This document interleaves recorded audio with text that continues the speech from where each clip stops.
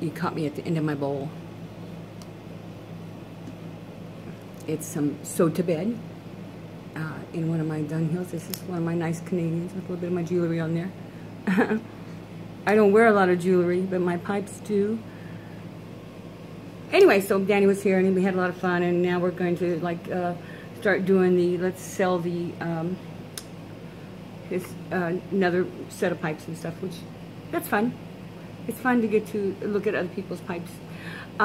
He's doing much better. He's on steroids again. So actually we caught him when he was doing that video at kind of a bad time, because he was coming off the steroids and he needs them. Now that he's back on them, he's much more coherent, kind of. And the good thing, bad thing, you know, he can't sleep now. And when he was coming off with them, he slept a lot. So it's, you get the good things and the bad things when you're doing things. Oh, way off subject. Okay.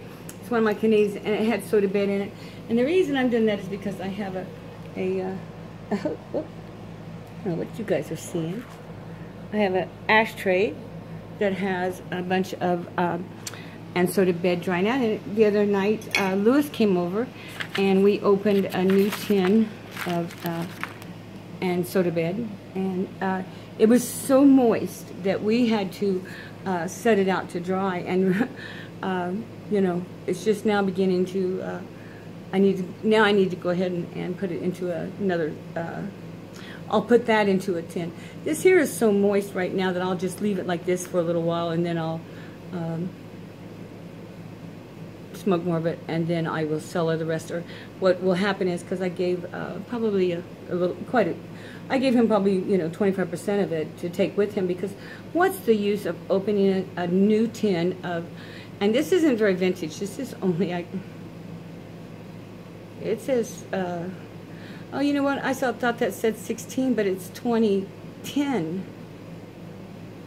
So it's older than I thought it was, because we were thinking it was just a couple years old, but it's actually older than that. See, and when I said it didn't seem right that I would have bought some 2 years ago, because I don't buy any more tins very often. You know, I don't care how much on sale they are, or whether there's not going to be no more or anything like that. I have enough, and I get bits and pieces here and there, and friends are nice about buying tins and sharing the new stuff with me, and that's all at this point. I say, I got enough 965 to and that's what I like. So, you know.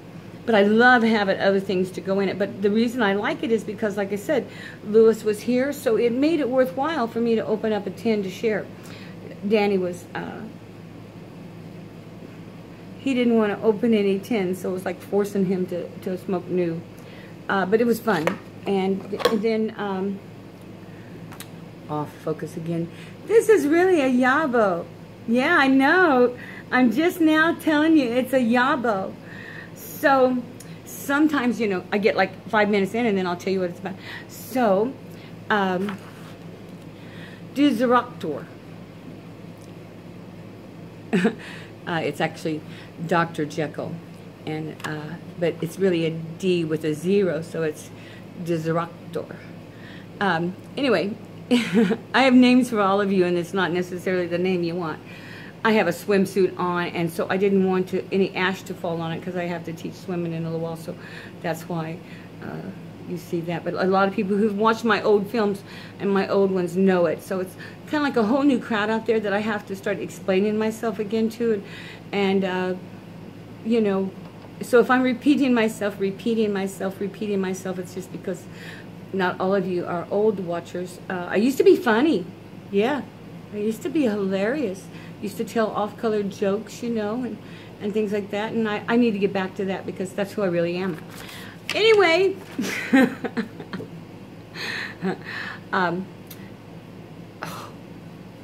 torque. I shared just a little bit of bits and pieces with Chris. I have, you know, I liked oatmeal a whole lot, so I got a lot of it, and so I'm sharing it, you know, because this is what's left, and I don't celery it very well.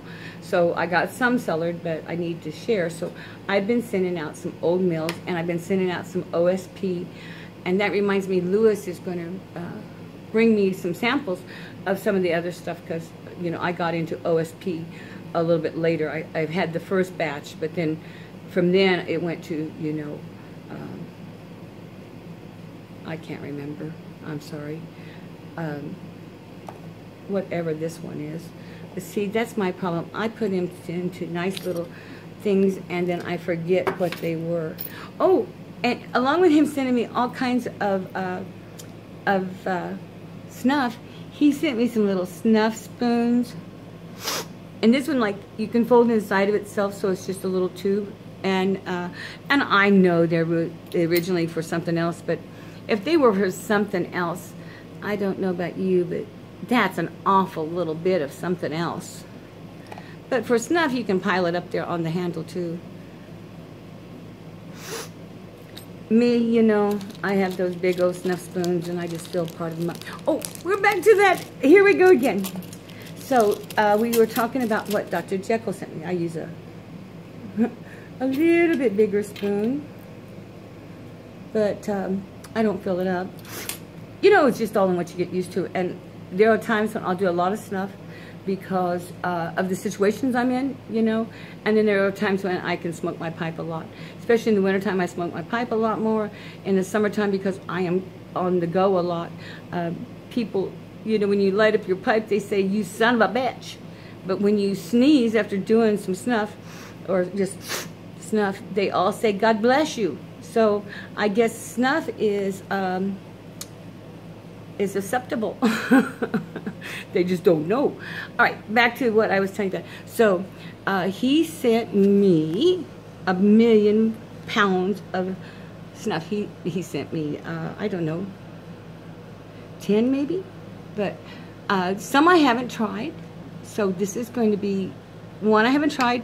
You know, the peaches, the limes. I love the lime with margaritas. If you're drinking and eating Mexican food, the lime Snuff is like just a nice compliment to what you're doing, because the lime is in the back of your throat, and then you actually get that real lime and that salty thing. And so I really like those. He sent me some I hadn't tried. There's some whiskeys and some bourbons and some things like that. In my purse, I'm carrying champagne, because I liked it real well, so I just threw it in my purse, so I have it all the time. This one I thought was pretty good. This is the Coke, and it tastes more like Dr. Pepper, but okay, we'll go with Coke. And there was honeys. I just, thank you, Chris. Like I say, it was a very nice thing for him to do, and I feel kind of, but that's, oh, and peanut butter. I didn't care for the peanut butter, but Kevin thought the peanut butter was really good. But he likes peanut butter, and I'm not overly fond of peanut butter. I eat it sometimes. Just, I don't know why I eat it. I'm trying to think of when the last time I had peanut butter was. Oh, on raisin bread, toasted raisin bread and peanut butter. Yep. All right. Now that we've totally talked about everything else, I need to light up my other pipe, because that one was empty. And I'm not gonna, oh, the other one, it has just some 965 in it. It's a little bulldog. I like the bulldog shape. What's your guys' favorite shapes? I think we did a, hang on a second.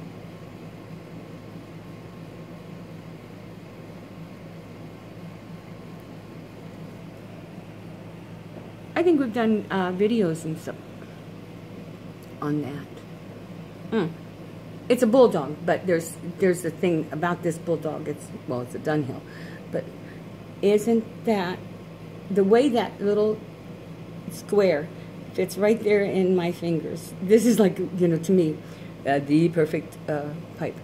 I got some Pauls that have kind of a little odd bottom like that too, but for me, I mean, that way, you know, when I have something this small, I smoke it a lot more often out in public, because people usually don't know you're doing it. I didn't get this lit. Excuse me again. I usually try to use a mat.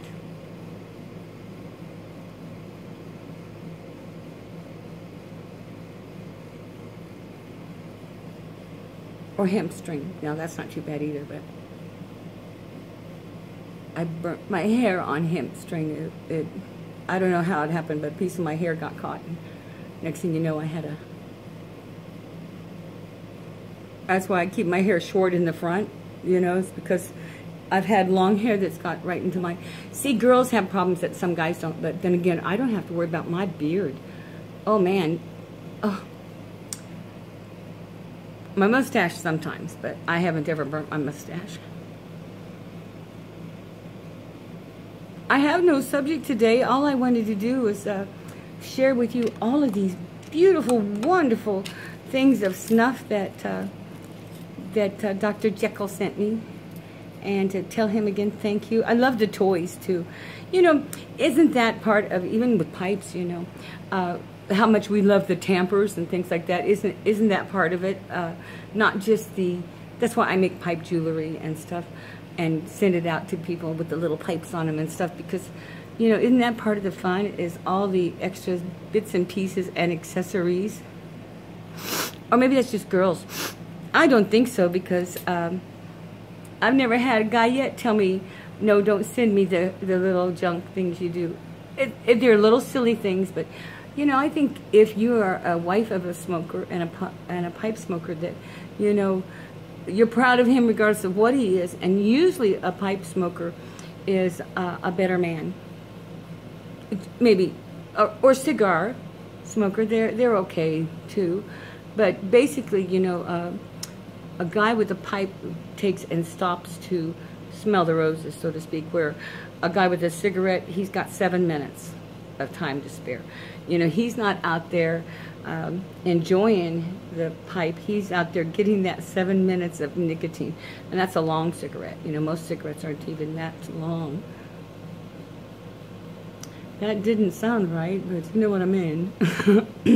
7 minutes is good in anybody's book. But that's, I don't think I've ever really, keep picking up the wrong pipe. I don't think I've ever really known too many non-tobacco people. I mean, I know them, but they're not close friends. Even if they've stopped smoking and stuff, they've all been tobacco kind of people. Something has to draw other people to other people, and I think tobacco is a magnet, and it draws other people to like things. And when I first came on YouTube years ago, I told the story of how I got started, and that was, you know, I was 4 years old, and I grew up with a family that was in tobacco and into briar and stuff like that. So as a result, you know, I was introduced to tobacco at a very young age. I used to dance around in the barley fields with dresses on made out of the barley leaves and things, and you know, I still have those memories of things that other people don't have, like, you know, the smell of it rotting, and the ammonia output from the barns, and you know, the sweat when you went in there, and how the guys that were, you know, they're good memories, but they're memories that nobody else has. People don't have them anymore because there's just not that many tobacco farmers. As a good example, here in Platte, I'm actually in Leavenworth, but Platte's right over the river. There was originally like 333 tobacco farmers over there. And then I think in 2004, the TTXYZ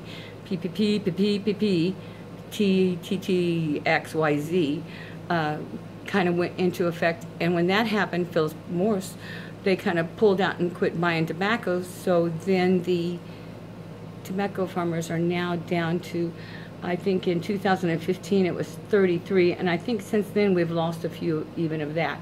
But if you ever want to know more about that, you know, New Deal Tobacco over there can tell you a whole lot. They are the history of tobacco. Their families are still the families that are in the fields and stuff. So, and Danny got to go to one of those fields. That was one of those things on the video, if you guys didn't catch it.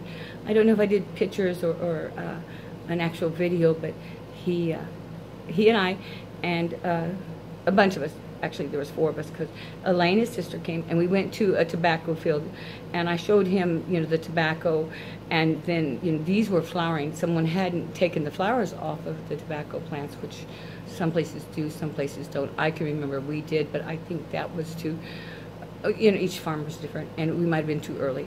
But either way, off focus. He got to get a big sprig of the tobacco flowers. Now, I think I might go and see if I could have a bunch of those flowers. You know, tobacco flower oil, the natural oil, is a good astringent. You know, if you can distill it down, or if you can crush it down to the point where you've got it, the oils. But just even breaking them up and being around. But it's also kind of a bug repellent. So I might go see if I can get some of that. That would be neat, just to see what I can do with them. You know, I know what they used to do with them in the old days, but I wonder if I can repeat that on a smaller scale. Well, you know, a lot of things went on a smaller scale. A good example is how now they are curing your tobaccos and stuff. You know, it used to be done in those great big houses and stuff when they smoked it and stuff. And now you will see little small block houses with, you know, block with another ventilation little house on that, even some of them in metal. And they're just little small ones. And they are actually, you know, curing tobacco in those now. So that, I think, is very interesting, that it went from, you know, great big tobacco barns to little build your own sheds. So life just keeps going on, and I just keep talking and talking. So I'm going to say happy, happy, joy, joy. You know I'm watching you. We all are. Everybody watches everybody, and it's a great community.